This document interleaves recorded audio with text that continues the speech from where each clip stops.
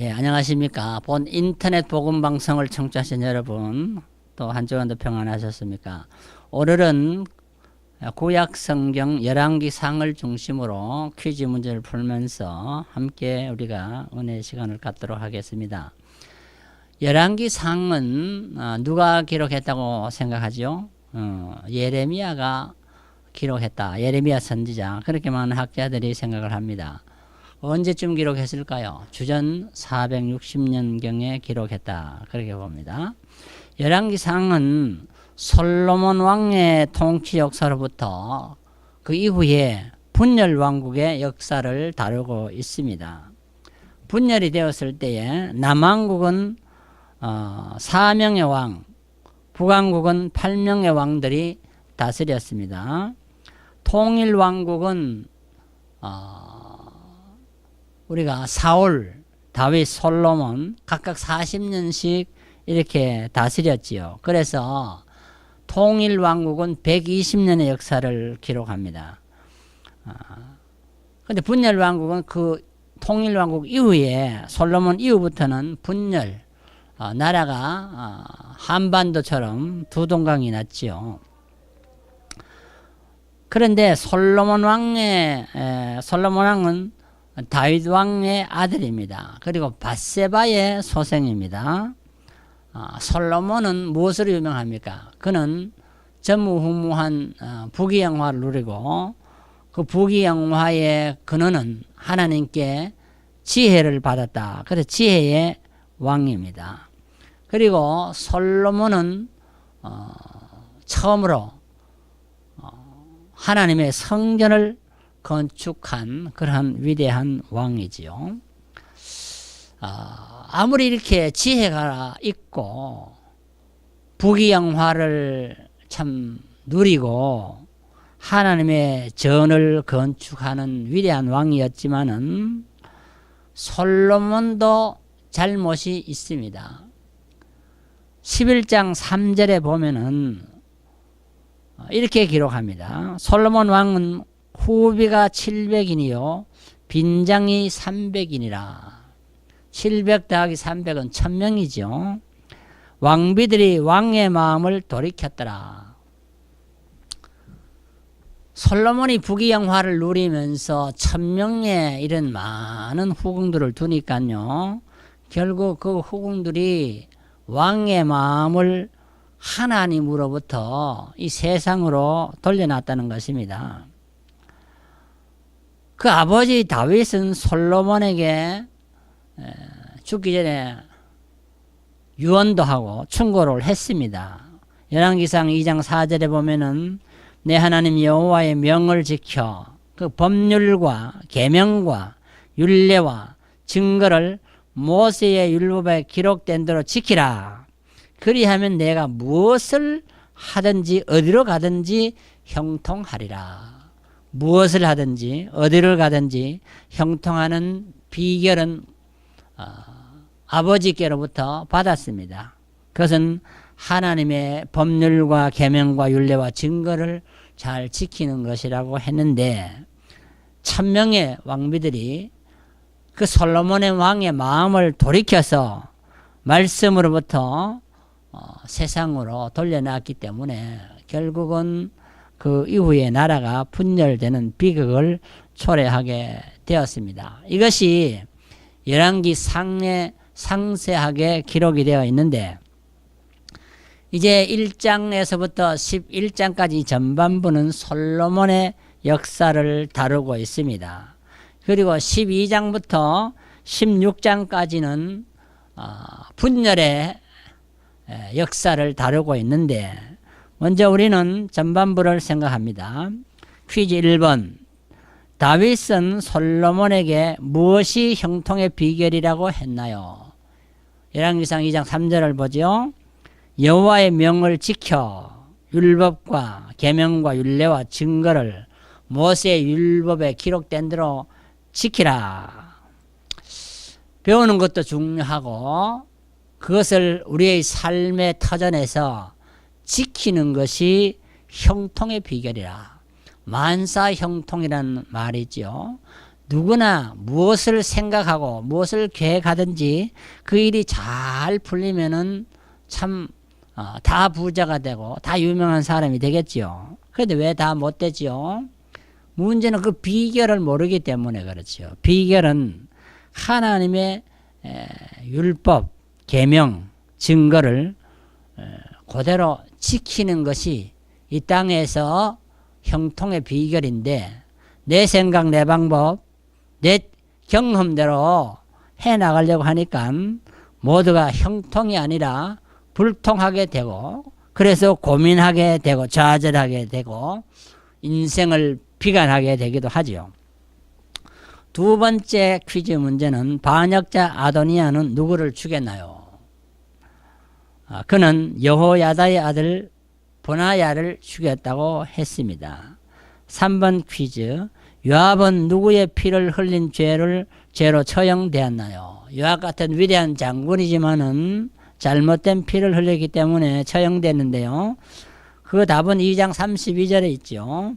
이스라엘의 군대 장관 아브넬과 유다의 군대 장관 아마샤를 죽인 죄라. 다 군대 장관들인데 자기와 라이벌이 되는 사람을 다 죽였기 때문에 그 피 흘린 죄로 요압도 결국은 처형이 되었다. 그 다음에 솔로몬은 기브온에서 1000번제를 드린 후에 무엇을 간구했나요? 솔로몬은 하나님의 제단 중심으로 하나님 앞에 제물을 드리고 예배 드리는 것을 제일 중요시해서 1000번제를 드렸다고 했는데, 열왕기상 3장 9절에 보면은 하나님께서 솔로몬을 너무 어여삐 보시고 네가 원하는 것을 내가 주겠는데 구하라고 했습니다. 이때 솔로몬은 지혜로운 마음을 구하였다. 부귀영화를 구한 것이 아니고 지혜로운 마음을 구하여 하나님의 뜻대로 나라를 다스리기를 원했습니다. 그랬더니 솔로몬은 참으로 지혜의 왕이 되었고 부귀영화는 덤으로 누리게 되었죠. 그 다음 퀴즈, 솔로몬의 1인분 식량은 얼마나 되었나요? 솔로몬이 1000명의 그 많은 후궁들을 데리고 엄청난 식구를 데리고 살았는데 1일 식량이 얼마나 됐을까요? 가는 밀가루 30석, 굵은 밀가루 60석, 살찐 소가 10마리, 초장의 소가 20마리, 양이 100마리, 그 외 수사슴, 노루, 암사슴, 살찐 새들이었다. 참 엄청난 곡식과 또 가축을 잡아서 1일 식량으로 삼았다. 그 1일 식량을 보면은 참으로 이건 엄청난 부잣집, 지상 최대의 부자인 것을 우리가 알 수가 있죠. 그 다음 솔로몬이 기록한 잠언과 노래는 얼마나 되나요? 4장 32절에 보면은 잠언이 3000개요. 노래가 1005개라. 합하면 4005개죠. 그렇게 엄청나게, 그러니까 노래도 많이, 잠언도 많이 썼고 노래도 많이 지은 것을 볼 수가 있습니다. 잠언서는 히브리 문학 가운데 가장 으뜸가는 대표작인데요. 대부분이 솔로몬의 잠언이라 꼭 그렇게 기록이 되어 있습니다. 그가 지은 노래 중에는 찬양의 노래, 민족 탄식의 노래, 그리고 왕의 시편, 개인 탄식의 노래, 개인 감사의 노래 등 다양한 제목들이 있는 것을 볼 수가 있습니다. 그 다음 6번 문제를 보면은 솔로몬은 백향목 성전 건축을 위하여 누구와 협상하였나요? 열왕기상 5장 1절에 보면은 두로왕 히람이라고 했습니다. 가장 좋은 자료, 백향목으로 하나님의 성전을 건축하기 위해서 두로왕 히람과 협상을 했다. 백향목은 시리아 지방에서 많이 생산되는 최고의 품질의 나무입니다. 향기가 좋습니다. 또 내구력이 강합니다. 그리고 이것은 시편 92편이나 104편에 보면은 백향목은 의인에 비유된 것을 우리가 볼 수가 있습니다. 7번 퀴즈로 넘어갑니다. 솔로몬은 해마다 히람 왕에게 무엇으로 답례를 했나요? 백향목을 엄청나게 받았으니까요. 답례가 있어야 되겠죠. 열왕기상 5장 11절을 읽어보면은 밀 2만 석과 기름 20석이라.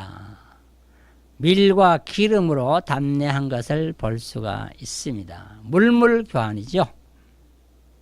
8번째 퀴즈 문제를 보면은 솔로몬은 몇 년 동안 성전을 건축했나요? 6장 39절 8절을 보면은 7년이라.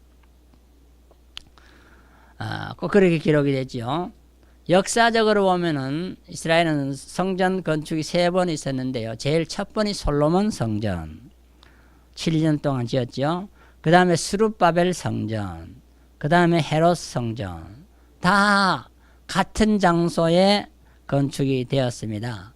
성전은 하나님의 임재의 장소였습니다. 그리고 이스라엘 백성들의 신앙의 중심지였습니다. 솔로몬 성전은 나라를 다스린 치세 5년에 시작해서 7년의 공사로 완공되었습니다. 기술자는 모두 베니게 사람이었고 레바논의 백향목을 사용했다고 했습니다. 거기에 들어간 정금, 금덩어리는 다윗이 준비한 것으로 했다. 역대상 22장에 기록이 됐죠. 모양은 정방형, 그리고 세 부문으로 나눴다. 지성소와 성소와 현관으로 나누어져 있다. 9번째 퀴즈 문제는 솔로몬이 자기 궁은 몇 년 동안 건축하였나요? 7장 1절에 보면은 13년이라. 거의 자기 궁전을 짓는 것은 성전보다 약 배가 걸렸죠. 7년에서 13년이니까요. 그러나 먼저 하나님의 전을 짓고 난 다음에 자기 궁을 지었습니다. 우리는 하나님의 집을 먼저 지었다는 것은 하나님의 중심입니다. 또 하나님의 전을 지을 때는 하나님이 보여주신 그 설계도를 따라서 지은 것이 매우 중요합니다. 1.1획도 변함없는 하나님의 설계도를 따라 지었다. 기간이 중요한 것이 아니고 건축의 모양과 건축 설계도를 먼저 하나님의 집을 지었다는 청교도적인 신앙이라고 볼 수가 있죠. 10번째, 성전 앞 두 기둥의 이름은 무엇입니까? 했는데요. 열왕기상 7장 21절에 보면은 우편에는 야긴, 좌편에는 보아스. 야긴과 보아스라는 성전 앞에는 두 기둥이 있었다고 했습니다. 솔로몬 성전 봉헌 기도는 어디에 있나요? 성전을 다 지었으니까 성전을 이제 하나님께 바칠 때에 그 기도를 드렸는데요. 그 기도문이 어디 있습니까? 8장 중에도 22절에서 53절에 기록되어 있는 것을 봅니다. 오늘 또 성전을 짓고 봉헌 기도한 교회는 이 본문을 참고하면 매우 좋죠. 12번째 퀴즈는 하나님의 언약궤 안에는 무엇이 들어있나요? 열왕기상 8장 9절에 보면은 두 돌판 외에는 아무것도 없었다. 두 돌판 외에는 아무것도 없었다. 그래서 결국 이 솔로몬 시대에 이 언약궤 안에는 두 돌판 뿐인 것을 성경은 기록하고 있습니다. 그 다음에 13번째 퀴즈 문제. 인생의 마음은 누구만 아시나요? 이렇게 물었죠. 열왕기상 8장 39절에 보면은 주만 홀로 아신다. 우리는 아무리 깊은 바다도 측량할 수 있지만은요, 이 조그마한 인간의 마음은 측량할 길이 없고, 무슨 생각을 하는지 우리는 알 수가 없습니다. 그러나 하나님만 이것을 다 아신다. 우리의 생각까지도 마음에 무슨 계획이나 생각을 했더라도 하나님은 다 아신다. 그거죠. 그 다음에 14번째, 이스라엘이 다른 신을 섬기면 거룩한 전도 어떻게 하신다 했나요? 하나님을 섬기기 위해서 전을 세웠지만은 또 다른 이방 나라의 신들도 섬기면은 어떻게 될까요? 9장 7절에 보면은 던져버린다. 결국은 하나님의 심각한 사형 선고가 내려지지요. 없애버리겠다는 거죠. 우리는 하나님만을 섬겨야 합니다. 현대인의 우상은 하나님보다 돈을 더 사랑한다고 하는데요. 이것은 던짐을 받을 대상이 될 수가 있는 것입니다. 솔로몬의 지혜를 시험한 스바 여왕은 무엇이라고 했나요? 10장 7절에 보면은 들은 소문의 절반도 못되니 당신의 지혜와 복이 소문보다 진한다. 스바 여왕이 듣고 솔로몬을 만나러 왔는데요. 듣던 소문보다도 훨씬 배가 넘는다는 것입니다. 그만큼 솔로몬은 하나님께 지혜를 받아서 참 전무후무한 지혜의 왕이 되었죠. 16번 퀴즈는 솔로몬의 재산과 지혜는 어느 정도였나요? 했을 때 일일이 다 열거하기 전에 10장 23절을 보면은 천하 열왕보다 큰지라. 땅 위에 있는 모든 왕들이 가진 그 모든 재산보다도 더 많았다. 그렇게 기록하고 있습니다. 솔로몬은 얼마나 많은 여자를 두었나요? 11장 3절에 보면은 후비가 700이요 빈장이 300이라 1000여 명의 여자를 데리고 있었는 것을 볼 수가 있습니다. 이것은 아주 솔로몬의 실수 중에도 제일 큰 실수라고 볼 수가 있습니다. 이제 후반부로 넘어가서 12장에서 16장 솔로몬 통일왕국이 끝나고 그 아들 시대로 들어가면은 분열왕국의 시대가 도래됩니다. 18번 퀴즈.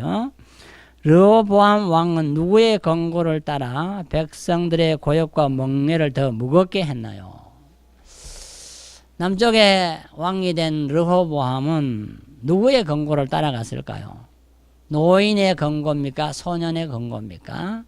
그는 소년의 권고를 따라서 백성들에게 더 많은 고역과 멍에를 지었다. 더 많은 세금을 내게 했다는 것이죠. 노인의 권고를 따라가야 할 텐데 잘못된 것이죠. 19번째 문제는 이스라엘의 분열왕국의 초대 왕은 각각 누구입니까? 남쪽은 르호보암, 북쪽은 여로보암이라고 11장 43절에 기록을 했죠. 르호보암은 백성을 크게 한 자라는 뜻입니다.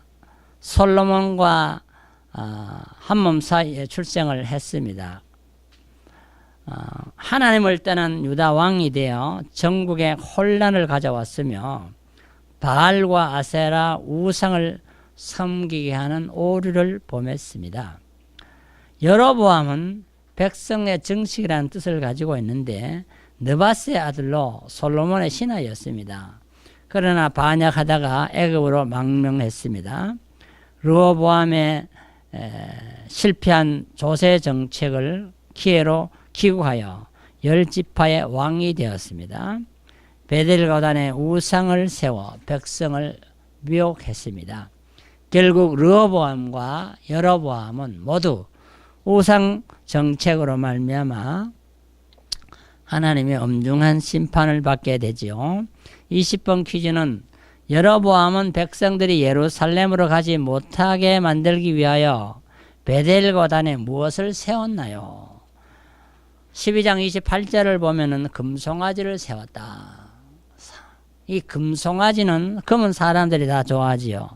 그런데 송아지, 금으로 송아지를 만들고 이것을 하나님 대신 하나님으로 섬겼다는 것이죠. 사람은 보이는 금송아지를 보이지 않는 하나님보다 더 좋아했던 것이 우상정책이죠. 21번 퀴즈 문제는 베델 신당에는 누구를 제사장으로 세웠나요? 12장 31절을 보면은 보통 백성을 세웠다. 하나님의 율법에 의하면은 레위 지파 사람만이 제사장이 되는데 여로보암은 보통 사람, 레위 지파가 아닌 사람도 제사장으로 세워 금송아지를 섬기도록 만들었다는 것입니다. 이것은 이중적인 처벌의 대상이 되겠죠. 22번 퀴즈는 여로보암이 베델 단 곁에 서서 분향할 때 어떻게 되었나요? 13장 4절에 보면은 손이 말라버렸다. 잘못된 제사를 왕이 주도했기 때문에 결국은 하나님의 저주를 받아 그 손이 말라버리는 모습을 보게 됩니다. 23번 퀴즈는 르호보암 역시 산 위에와 푸른 나무 아래 무엇을 세웠나요? 남쪽 르호보암도 결국 산과 나무 아래에서 우상과 아세라 목상을 세웠다.